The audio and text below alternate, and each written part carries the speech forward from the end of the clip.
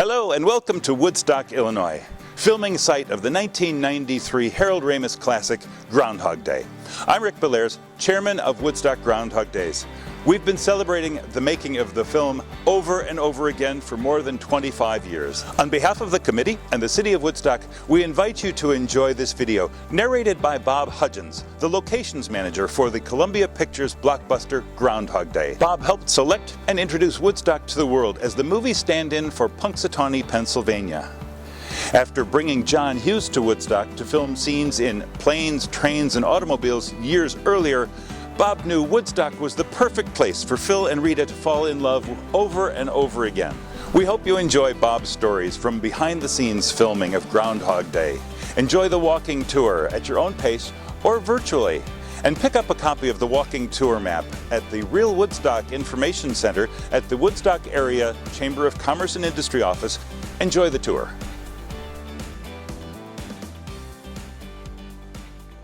My name is Bob Hudgins, and I had the pleasure of being the location manager on the film Groundhog Day.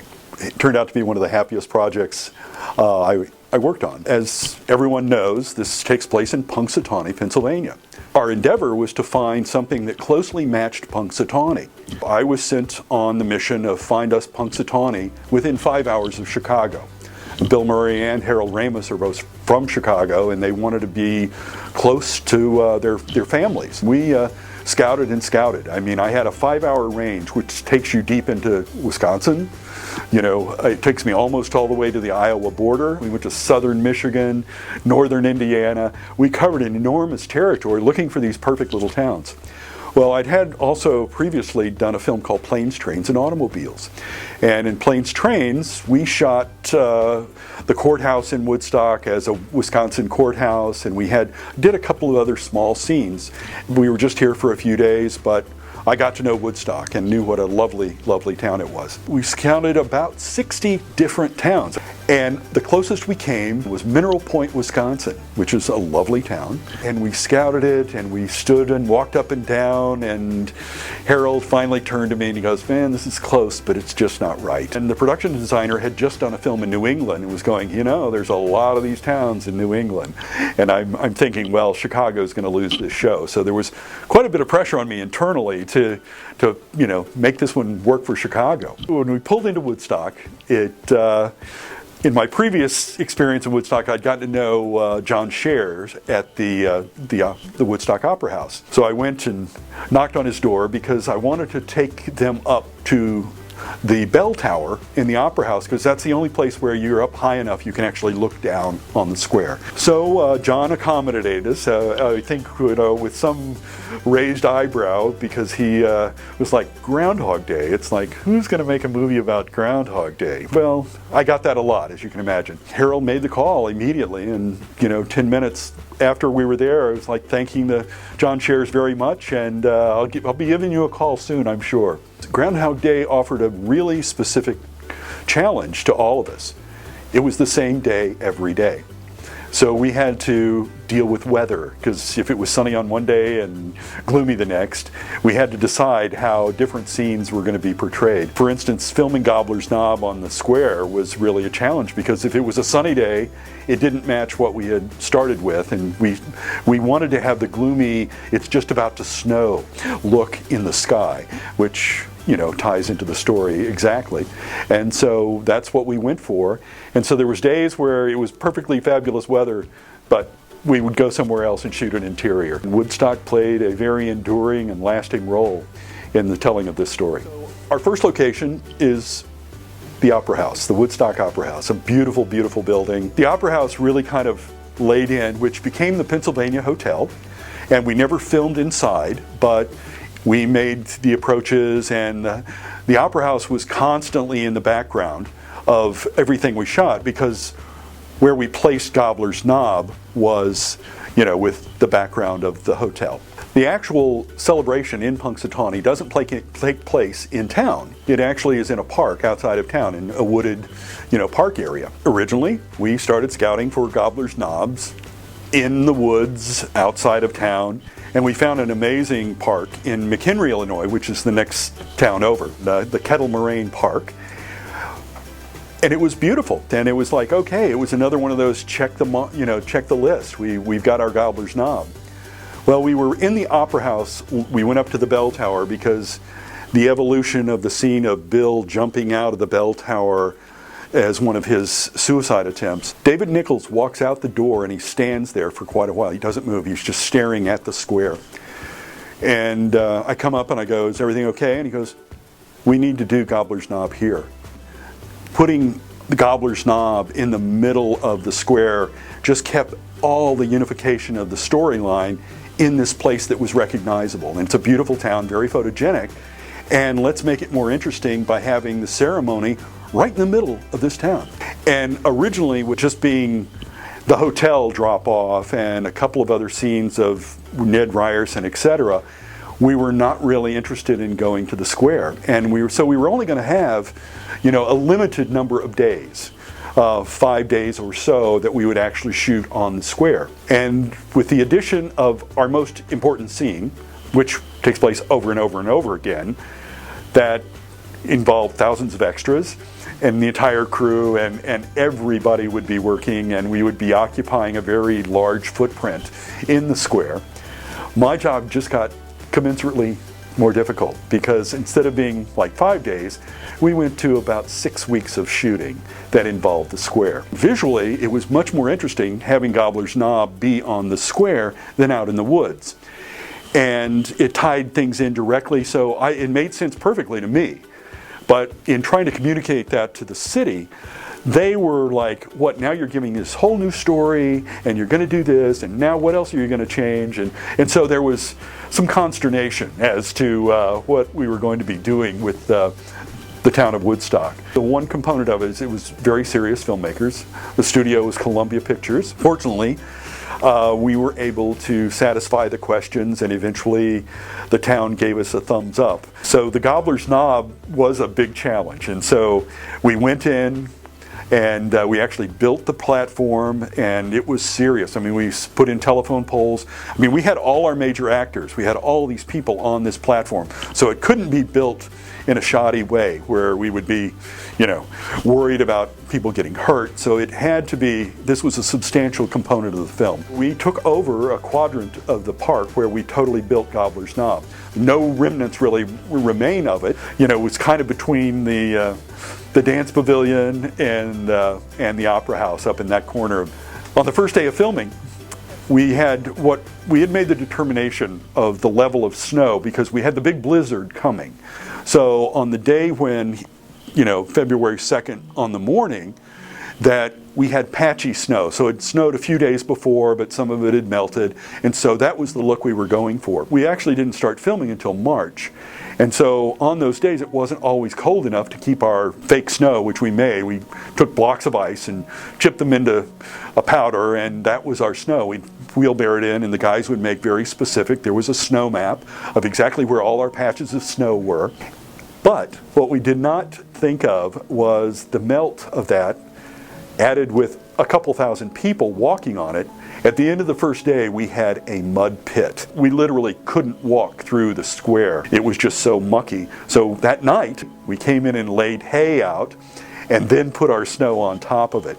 So we were able to have our extras not sink into the mud the next day. At the end of the shoot, we had to really take a lot of that surface out of the park altogether because it was hard as a rock. It was pretty, extensive to restore the square park. It's really kind of funny how Gobbler's Knob being the center of it. We did other scenes there, of course, all around, and nighttime work, which looked so lovely. I mean, the snowball fight and the dance, it was really just a beautiful, beautiful thing that I still, to this day, am just thrilled that we were able to photograph this town square. Integral to the Gobbler's Knob was this bandstand, which was there. That was extant.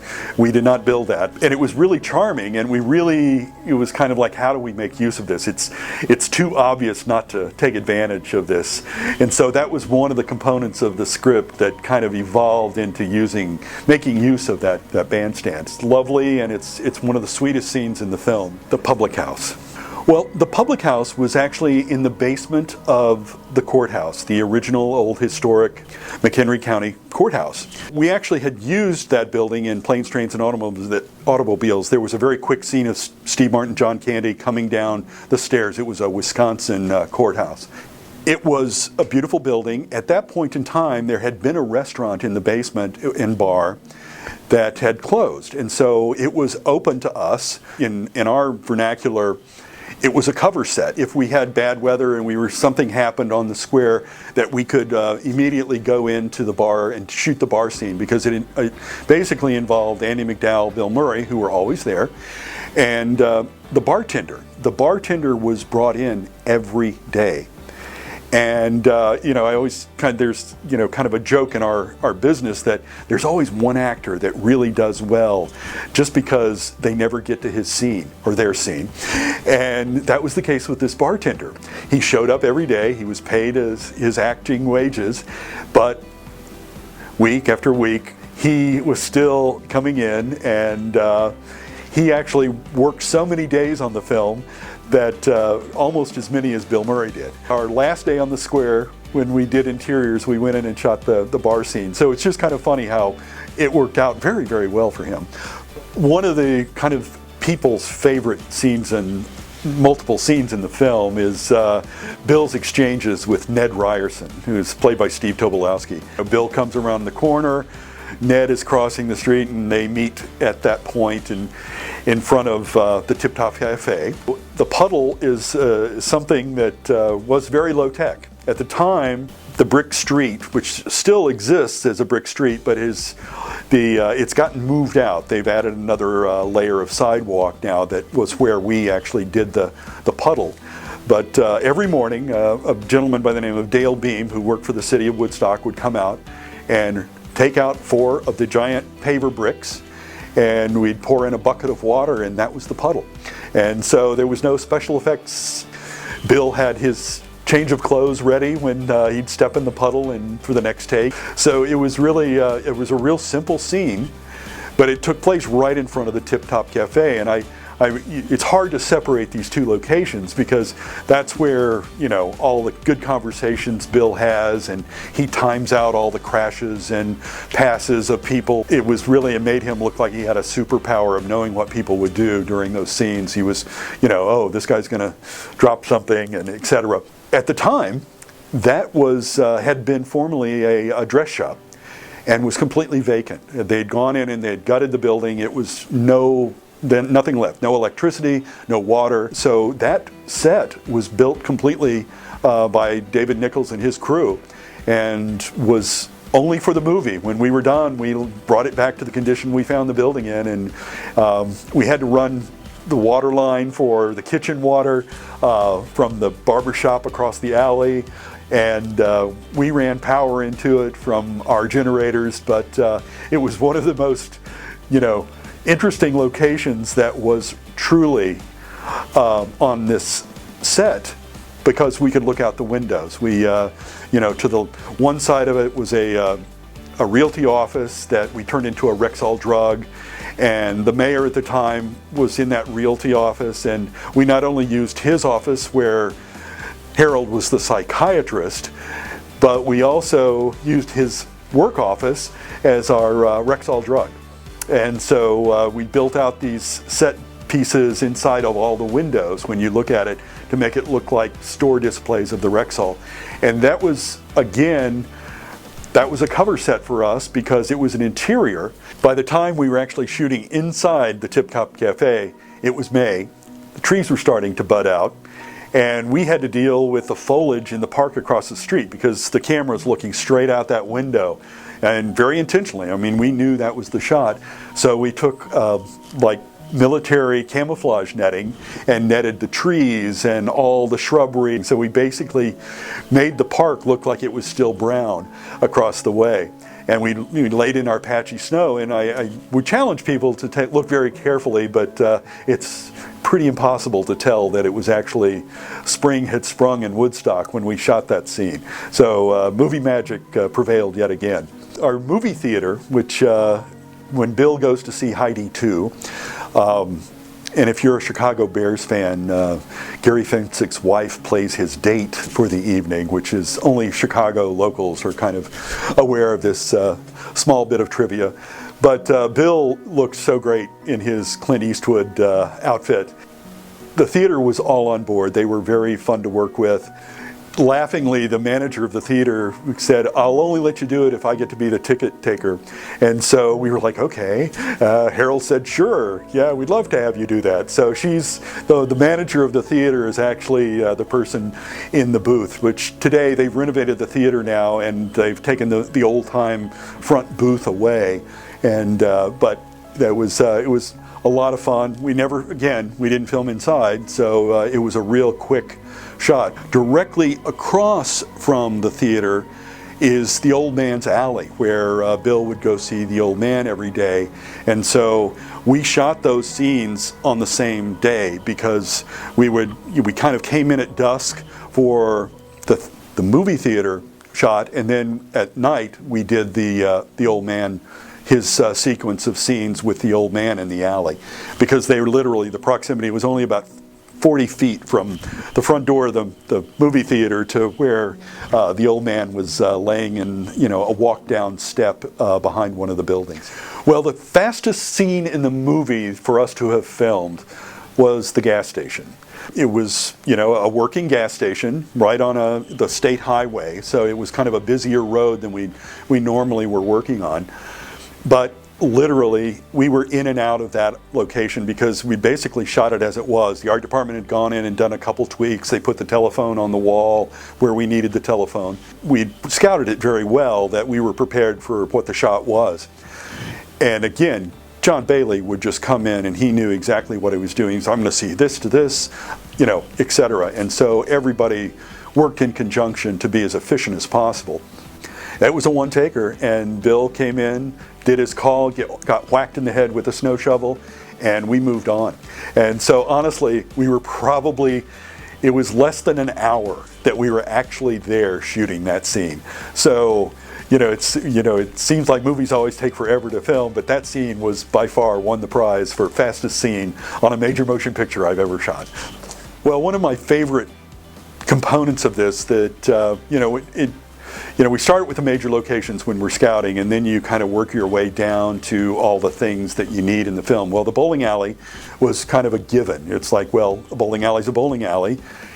But we also had a scene where there was some guys drinking at the bar. And Harold was, kind of telling me what he wanted, because bars have different configurations. There's the long bar, there's the horseshoe bar, there's all these different kind of configurations. Well, horseshoe bars are great because you can get across them and shoot them and get depth in a way that if it's just a bar against a wall that it's harder to shoot, just kind of shoot side to side.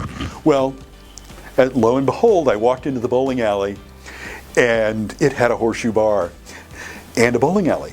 And so we got a twofer. We were able to do our work in the bar, for the bar sequence, and Harold rewrote it in such a way to make it all tie together. It was also proximate to the railroad tracks, so the whole scene played so smoothly. They come out of the bar bowling alley, they get in the car, and they literally come up and just make a left turn right onto the railroad tracks.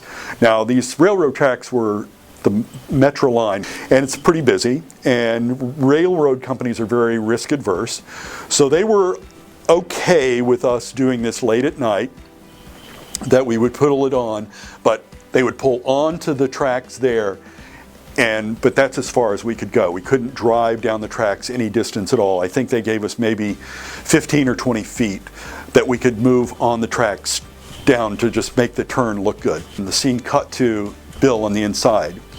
The bachelor dance and auction was, we needed a place to have a dance. We wanted a nice environment. David Nichols was saying, hey, just go shoot everything that we could possibly use as a dance hall, and we'll just figure it out. And so, as luck would have it, one of the first places I scouted was the Moose Lodge.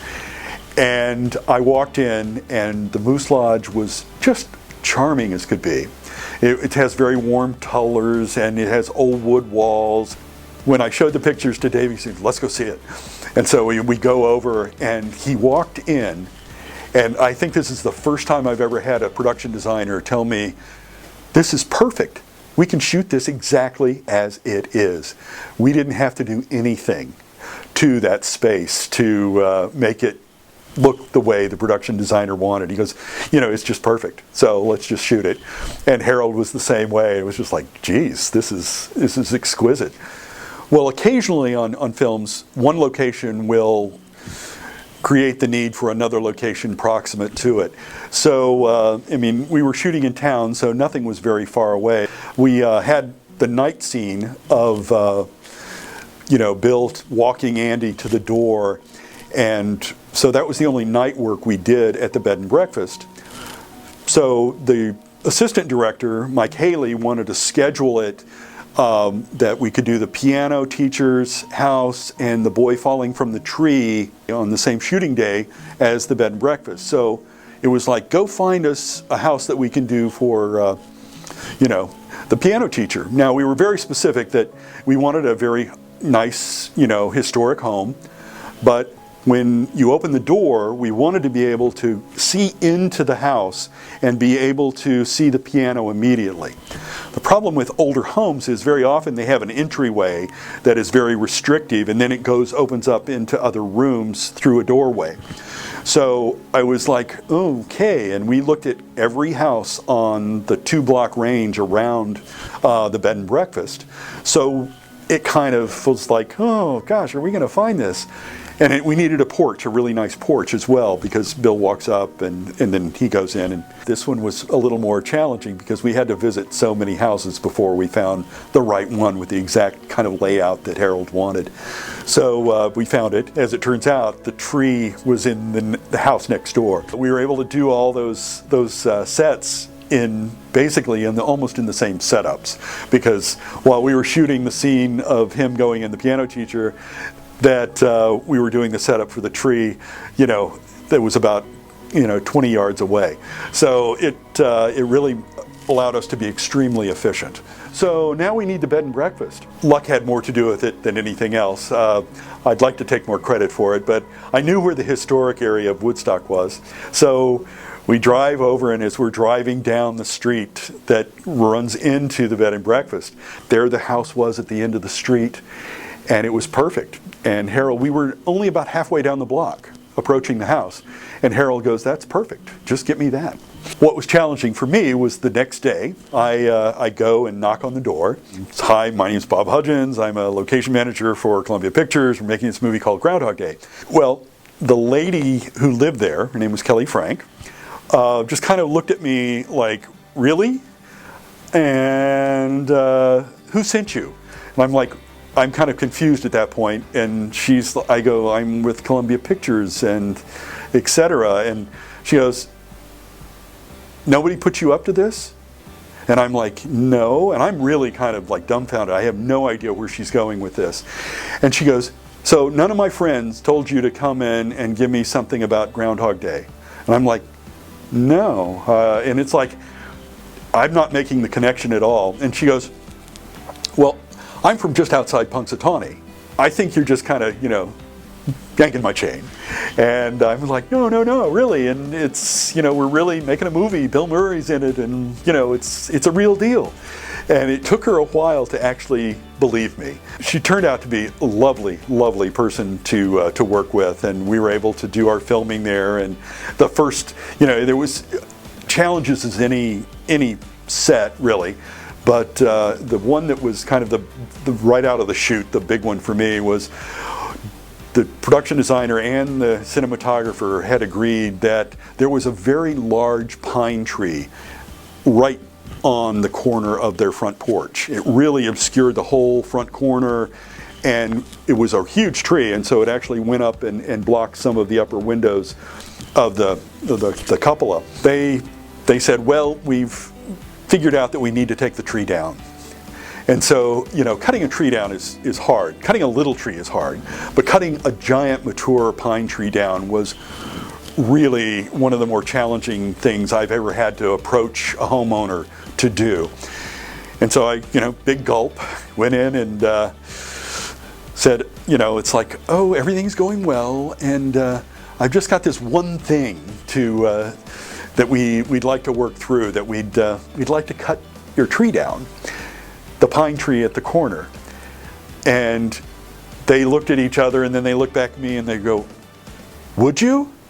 And I'm like, yeah, we would. I go, why? And I'm kind of very obviously taken aback that they're like willing to do this. For me, this was like this monumental, challenge of asking a homeowner to cut this beloved tree down.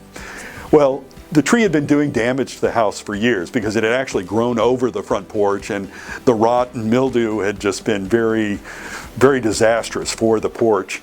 And so they were absolutely fine with it. And once we got past that challenge, at least from our side, it was full speed ahead on making their house into the Cherry Street Inn. We didn't film inside the bed and breakfast though. All the interior sets were built on stage. We shot those on days when we couldn't do exterior work, but it was about 15 miles away in a little town called Cary. They had an industrial park with warehouses with enough ceiling height for us to actually use as a soundstage.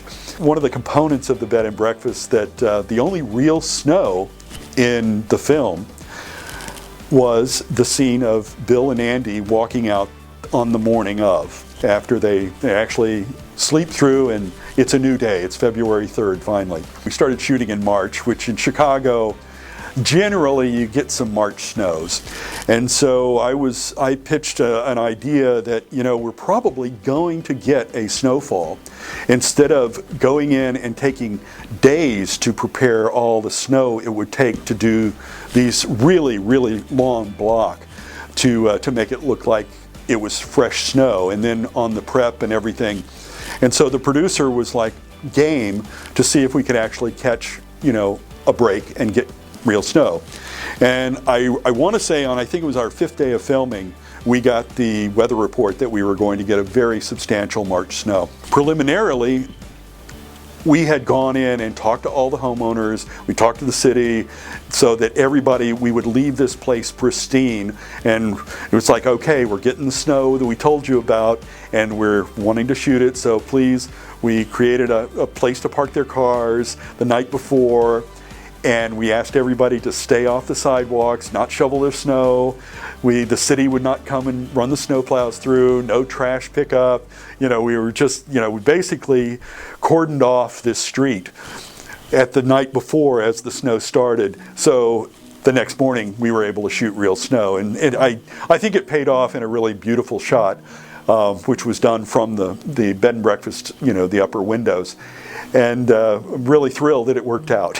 So it was a lot of fun to be able to plan that and actually be able to execute that with the weather contingent involved. It was a bit of a roll of the dice, but it worked out really, really well. All in all, we had such a great experience. The crew socialized in Woodstock in the evenings. We would go have drinks together. We got along so well. It was just one of the most pleasurable experiences you could ever have on a film. We came together as a group like no film I've ever worked on, so it turned out to be so much fun. The evolution of the town of Woodstock celebrating Groundhog Day, though, I have to say is one of the most enduring components of my appreciation for on-location filming. You go into places and you do work and it's great and everything's okay, but because this film is based on Groundhog Day, that the community was able to embrace the filming, and it's like, come to Woodstock and see where the movie was made. It was a good movie, it was wholesome, it showed Woodstock in a gorgeous light, and to be part of that has just been a lot of fun. I feel very privileged that this opportunity has been given to me to kind of, tell my stories and be able to thank the town of Woodstock on a much more long-term, way than most filming locations you're able to go to. So I'm thrilled that 20 some odd years later, here we all are. People are still coming to Woodstock and want to be part of this film. They want to touch it in some tangible way. And that is pretty remarkable. And that kind of magic in a bottle doesn't happen very, very often at all. There's this real relationship people have with movies. and it's kind of unique to other phenomena of entertainment.